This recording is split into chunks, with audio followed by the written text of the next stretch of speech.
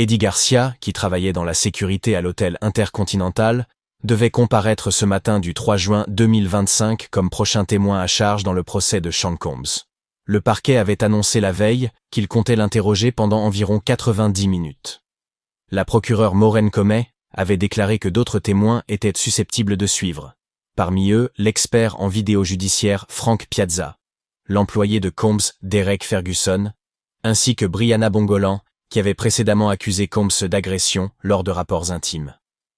L'ordre des comparutions pouvait cependant changer. Comey avait aussi annoncé que Jane, une autre accusatrice utilisant un pseudonyme, pourrait témoigner dès le lendemain après-midi, les procureurs souhaitant qu'elle ait fini avant son vol international prévu pour jeudi. Avant de commencer, nous vous invitons à vous abonner pour atteindre les 1000 abonnés pour nous soutenir dans notre travail. Le juge Arun Subramanian présidait l'audience. Procureurs et avocats discutaient encore de questions de preuve avant l'arrivée du jury et la reprise des témoignages.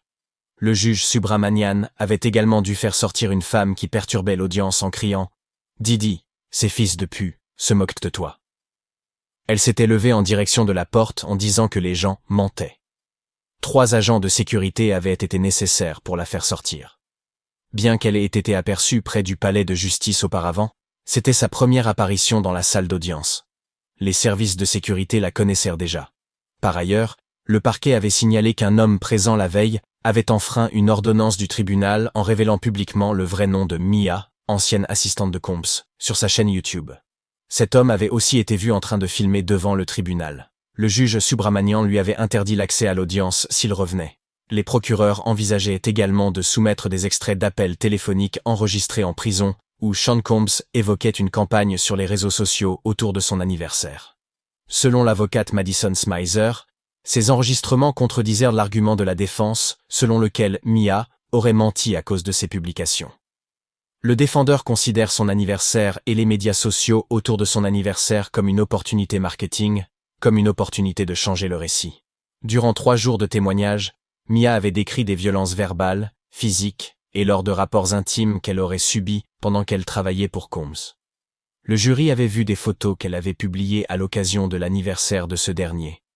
L'avocat de la défense Brian Steele l'avait questionné sur la contradiction apparente entre ses publications et ses accusations. Mia avait répondu qu'elle devait faire ses publications dans le cadre de son travail. Smizer avait annoncé que le parquet soumettrait une lettre au tribunal à ce sujet. Eddie Garcia, de retour à la barre, témoignait en vertu d'une ordonnance d'immunité signée par le juge après qu'il eut invoqué le 5e amendement. George Kaplan, un autre ancien assistant de Combs, avait lui aussi témoigné sous immunité. Garcia avait déclaré avoir travaillé à l'hôtel Intercontinental depuis quelques mois en mars 2016, alors qu'il avait 24 ans. Son service avait commencé à 14 h le 5 mars 2016, quand il avait été informé d'un incident conjugal. En visionnant les caméras de sécurité, il n'avait pas immédiatement reconnu les personnes impliquées, mais avait appris plus tard qu'il s'agissait de Sean Combs et Cassie Ventura. Garcia avait indiqué que la police n'avait pas été appelée parce que, selon lui, Mademoiselle Ventura n'avait pas demandé la présence de la police ou des soins médicaux. Selon Joey Jackson, analyste de CNN, le témoignage de Garcia était crucial pour comprendre les interactions entre Combs et le personnel de sécurité. La nature de l'histoire derrière la vidéo, ce qui a été dit et le déroulement de la transaction entre lui et M. Combs sont très importants. La défense voulait démontrer si la vidéo en question concernait les accusations de racket et de trafic liées aux rapports intimes ou s'il s'agissait d'un cas de violence domestique, ce qui relèverait d'une accusation différente. Garcia avait poursuivi en racontant qu'environ 90 minutes après le début de son service, Christina Coram, se présentant comme l'assistante personnelle de Combs, l'avait appelé. Elle m'a demandé si j'étais au courant d'un incident survenu plus tôt dans la journée. Elle avait ensuite demandé s'il était possible de voir ou d'obtenir une copie de la vidéo. Garcia avait précisé, elle a dit que M. Combs était en état d'ébriété et ne s'en souvenait pas. Le juge avait retenu une objection avant que Garcia ne puisse détailler ce dont Combs ne se souvenait pas. Garcia avait répondu à Coram. Je lui ai dit qu'elle devait contacter la direction de l'hôtel ou obtenir une assignation à comparaître. 1 heure plus tard, Coram était venue en personne à l'hôtel. Elle avait de nouveau demandé à voir la vidéo, car elle voulait savoir à quoi ils avaient affaire. Garcia s'était excusé à nouveau et lui avait répété la même procédure. Il lui avait alors confié. Officieusement, c'est mauvais. Plus tard dans la nuit, un appel venu d'un indicatif de New York était arrivé au bureau de sécurité. Coram était à la ligne, puis avait passé le téléphone à Combs. Garcia a témoigné. Monsieur Combs semblait très nerveux. Il parlait très vite. Il disait simplement qu'il avait un peu trop bu, et que je savais comment les choses se passaient. Combs lui avait alors demandé de fournir la vidéo et dit « Si cela se savait, cela pourrait me ruiner ». Garcia avait répondu de nouveau que Combs devait contacter la direction ou obtenir une assignation. Il avait ensuite envoyé un email au directeur général et au chef de la sécurité pour signaler les appels. Dans cet email, Garcia rapportait que Combs souhaitait rencontrer la direction de l'hôtel pour discuter de la vidéo. Enfin, Garcia avait témoigné qu'il avait reçu un appel de Coram sur son téléphone personnel, alors qu'il était chez lui, bien qu'il ne lui ait jamais donné son numéro. Elle lui avait passé Combs, qui lui avait dit « Tu as l'air d'être quelqu'un de bien, quelqu'un qui veut aider. Quelque chose comme ça pourrait me ruiner. » Garcia avait indiqué que la police n'avait pas été appelée parce que, selon lui, Mademoiselle Ventura n'avait pas demandé la présence de la police ou des soins médicaux. Selon Joey Jackson, analyste de CNN, le témoignage de Garcia était crucial pour comprendre les interactions entre Combs et le personnel de sécurité. La nature de l'histoire derrière la vidéo, ce qui a été dit et le déroulement de la transaction entre lui et M. Combs sont très importants. La défense voulait démontrer si la vidéo en question concernait les accusations de racket et de trafic liées aux rapports intimes, ou s'il s'agissait d'un cas de violence domestique, ce qui relèverait d'une accusation différente. Garcia avait poursuivi en racontant qu'environ 90 minutes après le début de son service, Christina Coram, se présentant comme l'assistante personnelle de Combs, l'avait appelé. Elle m'a demandé si j'étais au courant d'un incident survenu plus tôt dans la journée. Elle avait ensuite demandé s'il était possible de voir ou d'obtenir une copie de la vidéo. Garcia avait précisé. Elle a dit que M. Combs était en état d'ébriété et ne s'en souvenait pas. Le juge avait retenu une objection avant que Garcia ne puisse détailler ce dont Combs ne se souvenait pas. Garcia avait répondu à Coram. Je lui ai dit qu'elle devait contacter la direction de l'hôtel ou obtenir une assignation à comparaître. 1 heure plus tard, Coram était venue en personne à l'hôtel.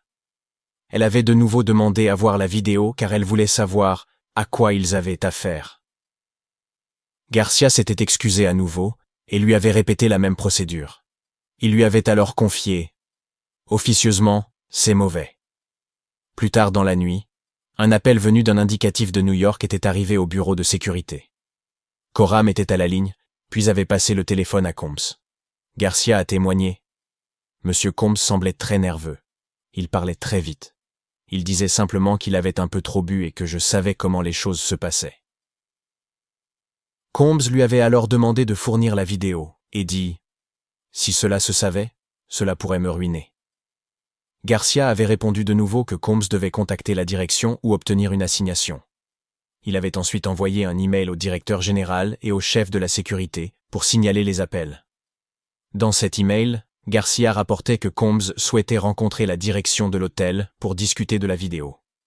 Enfin, Garcia avait témoigné qu'il avait reçu un appel de Coram sur son téléphone personnel, alors qu'il était chez lui, bien qu'il ne lui ait jamais donné son numéro. Elle lui avait passé Combs, qui lui avait dit « Tu as l'air d'être quelqu'un de bien, quelqu'un qui veut t'aider. Quelque chose comme ça pourrait me ruiner. » Garcia avait ajouté que Combs s'était excusé et lui avait dit qu'il n'avait pas accès à la vidéo. Puis il avait conclu avec ces mots. Il a de nouveau déclaré que je semblais vouloir aider et qu'il croyait que je pouvais y arriver. Selon Garcia, Combs avait aussi ajouté « Je prendrai soin de toi », ce que Garcia avait interprété comme une offre financière. Eddie Garcia a témoigné avoir contacté son patron pour l'informer que Sean Diddy Combs était prêt à payer pour obtenir la vidéo de sécurité de l'hôtel montrant le rappeur agressé Cassie Ventura. Après une pause au téléphone, le patron de Garcia lui a répondu qu'il le ferait pour $50 000. Garcia a ensuite rappelé Christina Coram, chef de cabinet de Combs, qui lui a passé le téléphone. Lorsqu'il a annoncé que la vidéo pouvait être obtenue pour $50 000, Combs a réagi. « Eddie, mon ange, je savais que tu pouvais m'aider. Je savais que tu pouvais le faire. » Le lendemain, le patron de Garcia a téléchargé la vidéo depuis les serveurs de l'hôtel sur une clé USB, remise ensuite à Garcia. Garcia a informé Coram qu'il avait la clé USB. Puis elle lui a repassé Combs. Il était heureux, semblait excité, et m'a demandé à quelle vitesse je pouvais le lui faire parvenir, a-t-il raconté. Combs a donné une adresse, semblant vouloir recevoir la vidéo au plus vite. Il l'a à nouveau appelé « Eddie, mon ange ».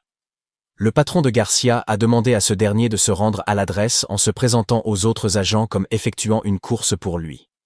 Une fois arrivé dans le hall de l'immeuble, Garcia a de nouveau appelé Coram. Un homme, se présentant comme le garde du corps de Combs, l'a conduit à un étage supérieur. Garcia a décrit Combs comme étant heureux à son arrivée. Il souriait, il était excité, il avait l'air heureux. Il l'appelait « Eddie, mon ange ».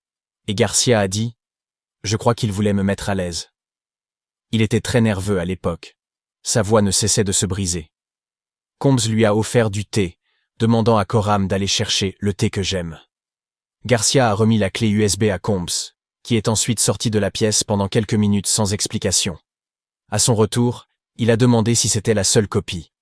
Garcia a répondu qu'il le croyait. Il a dit que ce devait être la seule copie et qu'il ne voulait pas qu'elle soit divulguée, et que j'étais sûr que rien n'était sur le cloud, a déclaré Garcia. Son patron a confirmé que c'était la seule copie et qu'elle avait été supprimée du serveur. Garcia a confié à Combs qu'il craignait que si Ventura déposait plus tard un rapport, cela puisse l'affecter. Combs lui a répondu « Tu n'as pas à t'inquiéter.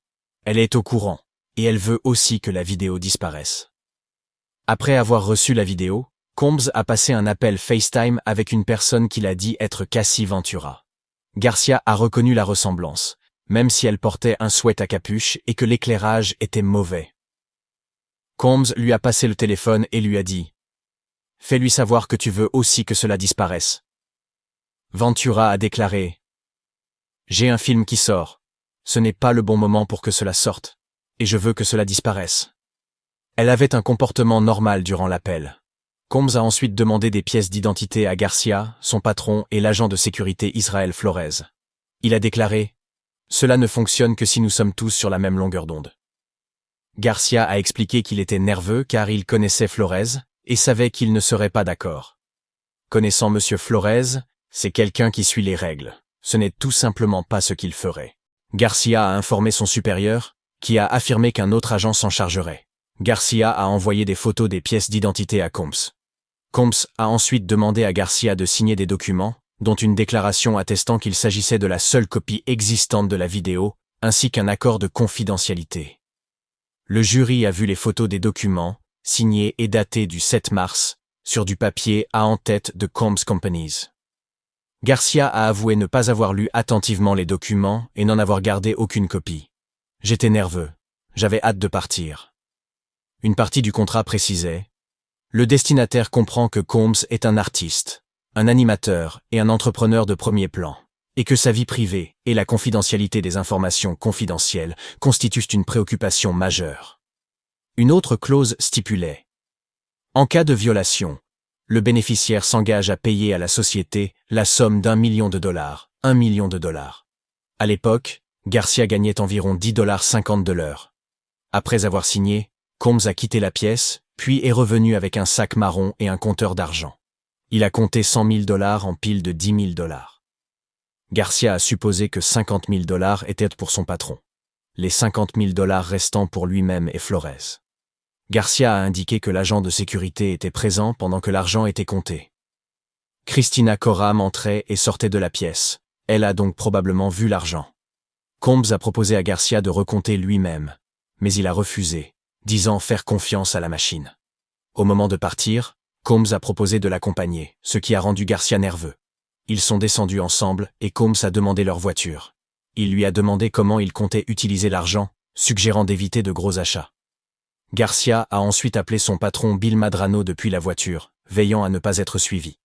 Il a partagé l'argent avec Madrano, $50 000, et Henry Elias, $20 000, gardant $30 000 pour lui. Il a acheté une voiture d'occasion en liquide, sans rien déposer en banque ni le déclarer. 1 à 2 semaines plus tard, Garcia a constaté que le rapport d'incident et les images n'étaient plus sur l'ordinateur. Il ne l'a pas signalé pour éviter d'attirer l'attention. Entre 2017 et 2018, Garcia a contacté Combs via Instagram pour lui demander du travail à Los Angeles. Combs n'a jamais répondu. Quelques semaines après avoir fourni la vidéo, Combs l'a recontacté.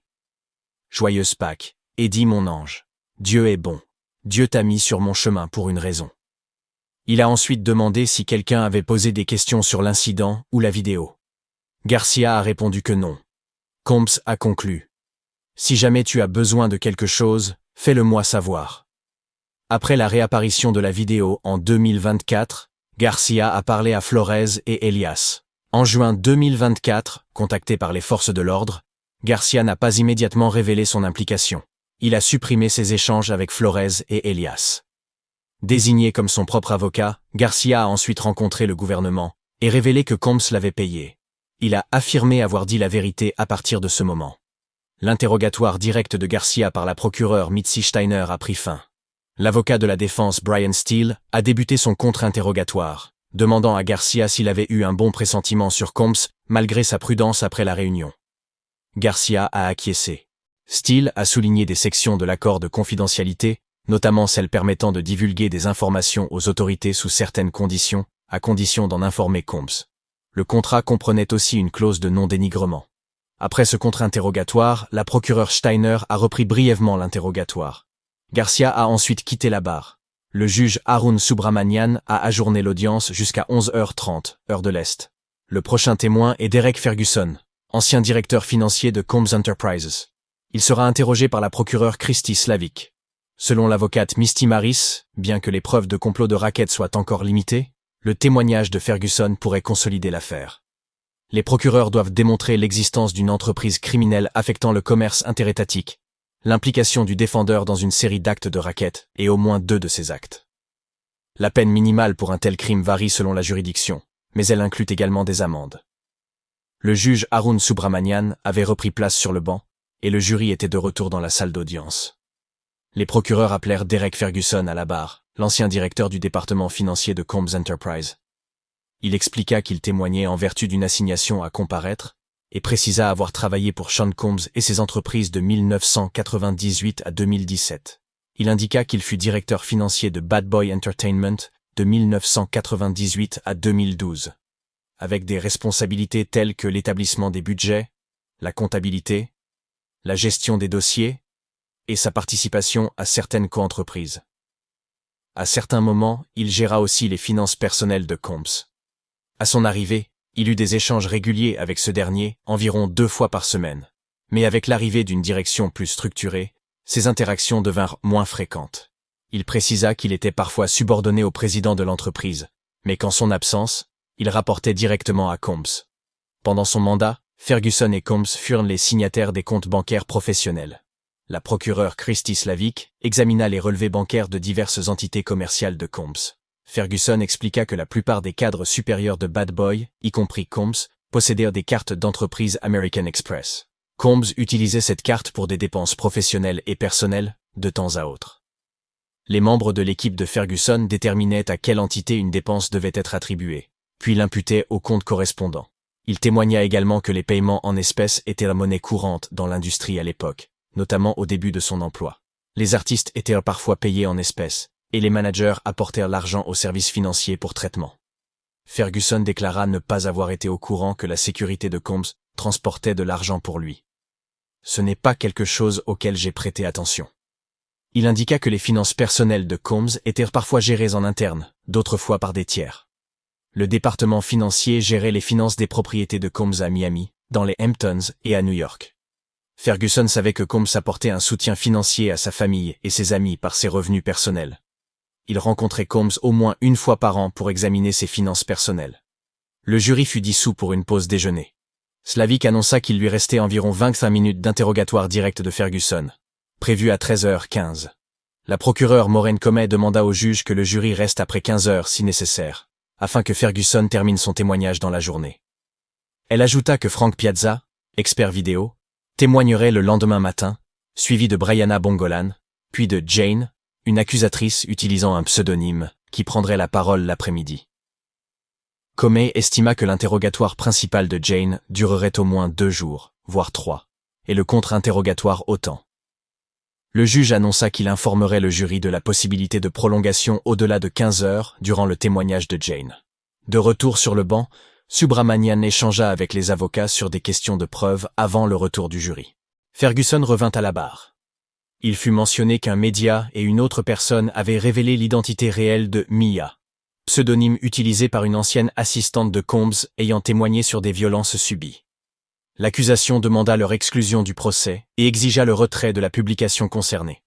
Subramanian indiqua qu'il examinerait cette demande si elle était déposée par écrit et proposa une instruction pour préserver l'anonymat de Jane. Le jury examina ensuite les relevés bancaires de décembre 2011 du compte de Combs lié à sa maison d'Alpine, dans le New Jersey. Le 14 décembre, un transfert de $20 000 à Cassandra Ventura. Le 23 décembre, un virement entrant de $20 000 de Broderick Ventura, père de Cassie Ventura.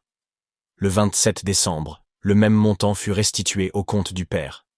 Ferguson précisa qu'il occupa le poste de directeur financier jusqu'à fin 2012, puis devint directeur de la croissance, avant d'être nommé directeur de l'exploitation de Revolt Media & TV. Il déclara qu'après son départ en novembre 2017, il eut peu de contact avec Combs, hormis pour quelques détails administratifs et des salutations occasionnelles durant les fêtes. Le dernier échange entre Combs et Ferguson date du 16 septembre 2024. Combs lui avait envoyé 2 messages pour discuter et demander des conseils, mais Ferguson n'avait pas répondu. Ensuite, l'avocat de la défense évoqua un accord par lequel Eddie Garcia, ex-agent de sécurité, aurait reçu $100 000 de Combs pour remettre une vidéo de 2016 montrant une agression sur Cassie Ventura, en s'engageant à ce qu'il n'en existe aucune autre copie. L'avocate pénale, Stacy Schneider, déclara « Les procureurs essaient de prouver un complot de racket orchestré par ce qu'ils appellent l'entreprise Combs. Ce sont de petits éléments liés à cette entreprise. » Elle ajouta que, bien que ce témoignage ne soit pas décisif, il révélait une « conscience de culpabilité » selon l'accusation. Il semble que ce témoignage vise à dissimuler un crime présumé, consistant à fréquenter une prostituée, à contraindre Cassie Ventura à des freak-offs et à des rapports intimes forcés. C'est un élément crucial. Ferguson indiqua avoir voulu rejoindre Bad Boy Records car il pensait que la société pouvait avoir beaucoup d'impact. Il déclara « Venant du Bronx, j'ai senti qu'on avait besoin de plus d'entreprises qui embauchent réellement dans nos quartiers. » Agnifilo l'interrogea sur les relations de Combs avec Diageo, partenaire pour les produits alcoolisés. Ferguson répondit que Combs dirigeait la partie créative, tandis que Diageo finançait. Il y eut des tensions sur la distribution, jugée concentrée dans les zones urbaines. Ferguson confirma aussi que les assistants personnels étaient en courant dans l'industrie, tout comme le fait que la sécurité personnelle de Combs était payée par l'entreprise. Il affirma que les impôts des entreprises avaient toujours été traités correctement. « Vous ne laisseriez jamais une telle irrégularité financière se produire sous votre responsabilité ?» demanda Agnifilo. « Je ferai tout mon possible pour empêcher cela », répondit Ferguson. Les relevés concernant les $20 000 transférés à Cassie Ventura, puis remboursés à son père, furent à nouveau examinés. L'avocate Misty Maris rappela le témoignage de Regina Ventura, mère de Cassie, selon lequel Combs exigeait cette somme pour ne pas publier des vidéos explicites. Maris affirma que cela révélait un usage des entreprises comme façade pour une activité criminelle. Ferguson déclara n'avoir jamais vu quelqu'un aider Combs à commettre un crime ni assister à des actes de violence. Avez-vous vu quelqu'un aider Sean Combs à commettre des crimes? Non. Avez-vous vu quelqu'un commettre des actes de violence? Non. Quelqu'un renforcer l'entreprise par des menaces de violence? Non. Quelqu'un améliorer la réputation de Combs par des actes de prostitution? Non. À la question sur le trafic sexuel ou travail forcé, l'objection du gouvernement fut retenue. Ferguson affirma que travailler avec Combs était exigeant. Il bâtissait des entreprises de zéro, avec de longues heures de travail et une équipe talentueuse. Nous étions en mission pour être grands. Il parla d'une équipe soudée et ajouta « J'ai beaucoup appris de lui. Il avait un grand sens des affaires. Il visait grand, sans crainte. Il travaillait sans relâche. Son éthique de travail était un atout. » Ferguson quitta ensuite la barre. Le juge Subramanian dissout le jury pour la journée. Si vous êtes arrivé jusqu'ici, abonnez-vous à la chaîne pour nous soutenir et nous encourager à continuer à vous partager jour après jour les mises à jour sur cette affaire.